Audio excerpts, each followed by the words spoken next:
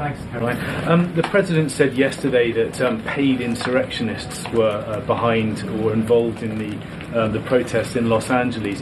Does the White House have any more details about who they believe is paying these protesters? The President spoke about this last night when he returned from Fort Bragg, because frankly the President has a lot of common sense. And if you look at some of the imagery that we have received from the Department of Homeland Security and ICE and law enforcement who are on the ground, you will see boxes and boxes of very professionalized masks and rioting equipment being dropped off for these protesters. So it's a good question the President is raising, and one we are looking into, about who is funding these insurrectionists and these rioters and these protesters and these illegal criminals. And I have updates for you on the numbers, by the way. Since June 6th, there have been 330 illegal aliens that have been arrested as part of these riots in Los Angeles. 113 of those illegal aliens had prior criminal convictions. Let me ask you this. Who's paying for that? Who's organizing that? Because it sure isn't organic. And overall, and this includes arrests of American citizens, there's been 157 people arrested for assault and obstruction-related charges, including the attempted murder of a police officer with a Molotov cocktail. So who is funding these illegal aliens who are coming in with this very professional riot gear? It's a question everyone in this room who cares about truth should be asking. And we encourage your help in trying to get to the bottom of that question.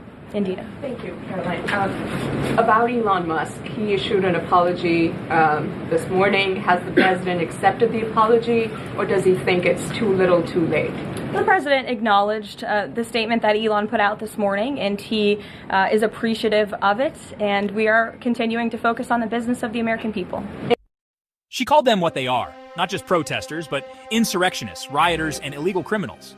And she backed it up with facts. And has the administration started a review of Musk's government contracts, something that the President said he's considering? What do you mean by that? Has the administration started a review of the contracts that Musk and his companies currently have? No efforts have been made on that front as far as I'm aware. Okay. And just one more, if I may, on just everything sort of we've seen so far with the President's response to the LA protests. There is criticism that seems to suggest that the President responded the way he did because it was a deliberate, calculated attempt to sort of shift focus away from his feud with Musk. How would you respond to that? The President responded to the LA riots, condemning the violence from Musk. It's an incredibly disingenuous attack. The President saw images of Border Patrol and ICE agents being hailed with rocks and Molotov cocktails. He saw vehicles being burned to the ground with illegal aliens flying foreign flags, and that's what prompted the President to have this response that has clearly worked, because last night in Los Angeles you didn't see many of those images. And I would add the governor and the mayor need to actually do more. I know Gavin Newsom had a big address to the nation last night. I guess he thought that's what it was for maybe his future political ambitions, but he spoke a lot of words. We haven't seen action. California has been a mess for years because of the incompetence of Gavin Newsom, so the President was responding to that only. And yet, the media barely covers it. You'd think these were peaceful protest picnics based on CNN's coverage. And she's right. These aren't just random gatherings. These are coordinated, funded, and weaponized mobs. And if you love this country, you should want answers. So here's the deal. We're not going to let this story die. President Trump is doing what no Democrat will, calling out the criminals, standing up for our law enforcement, and honestly, asking the questions the press refuses to. And thanks to Karoline Leavitt, we're finally seeing a press secretary who doesn't play games. She doesn't fold. She fights.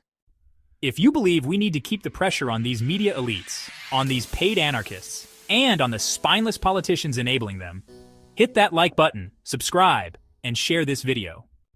We're not done yet, we're just getting started. God bless you all.